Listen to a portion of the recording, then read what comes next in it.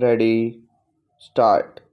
In conclusion, I would like to say a word in regard to employment with which I have been dealing so far. According to the figures supplied, the number of displaced persons from Bangladesh employed through employment exchange is only 37,000. This is very meager compared with their total number, which comes to 32 lakh according to the official figures. This is with regard to Bangladesh refugees. The number of displaced persons from Pakistan employed through employment exchanges is not very encouraging, but still it is 75,000.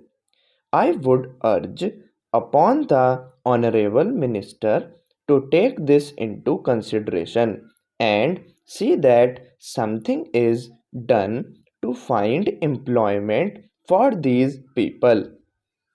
Of course, there is some expenditure incurred on general education and vocational training, but when we look at the number of persons who have been given vocational training, we find that the number already trained and under training is only 17,000. This figure also seems to be very small considering the magnitude of the problem before us. Some programs of general improvement have been undertaken by the government of West Bengal by way of setting up new industries, etc.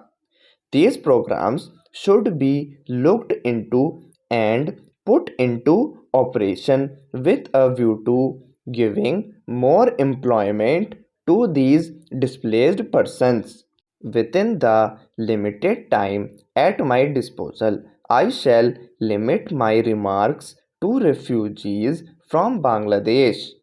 The first thing which strikes one as one looks at the various brochures and publications that have been given to us is the amount of contradiction one has to battle against.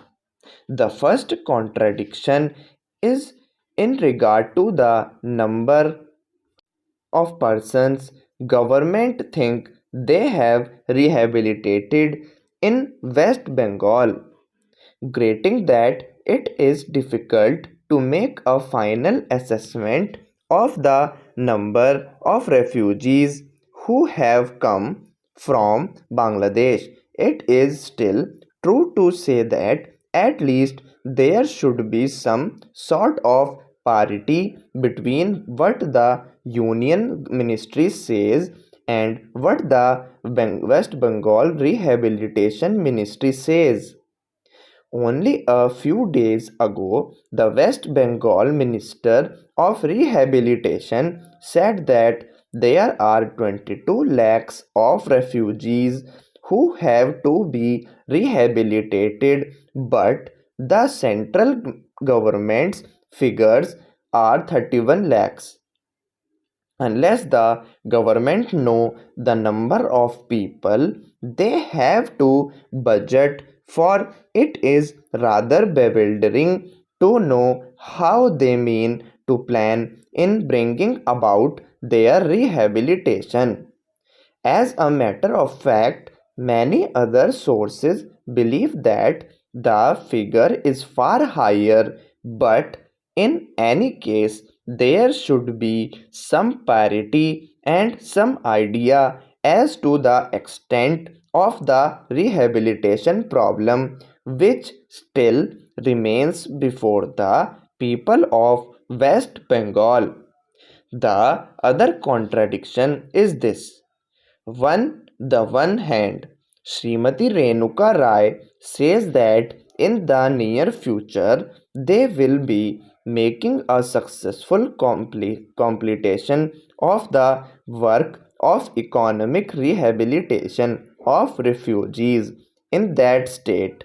But only last year, Sri A.P. Jain said that as yet the problem of the displaced persons from Bangladesh was a matter which was giving some concern.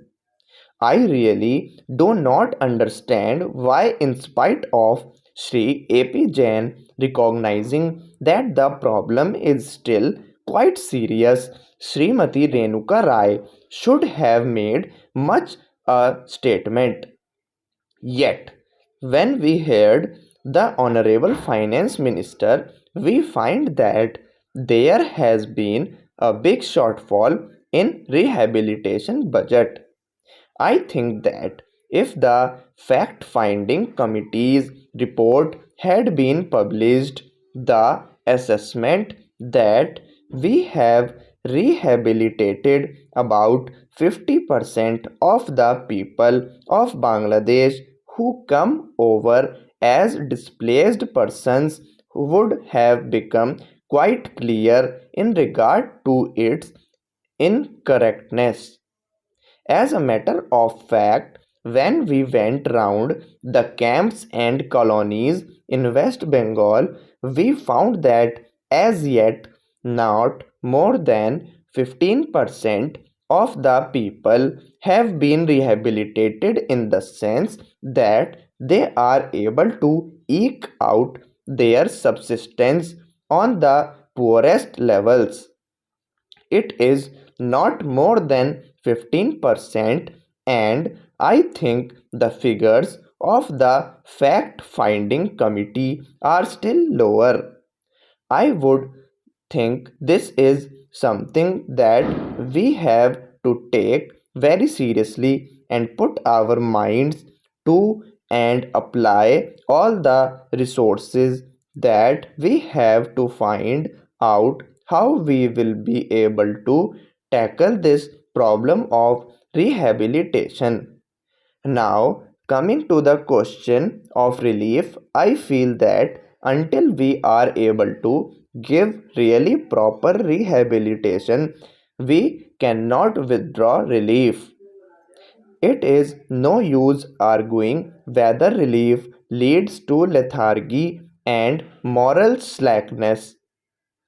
Unless our rehabilitation policies are fruitful, have we any right to starve the people to death? As a matter of fact, Sri A.P. Jain may know that in West Bengal, the incidence of tuberculosis amongst the refugee population is very high. Only a small percentage of them is catered for by the medical relief given by the Directorate of Rehabilitation. If I am to tell you the tragic fate of the refugees in West Bengal, I would refer you to a report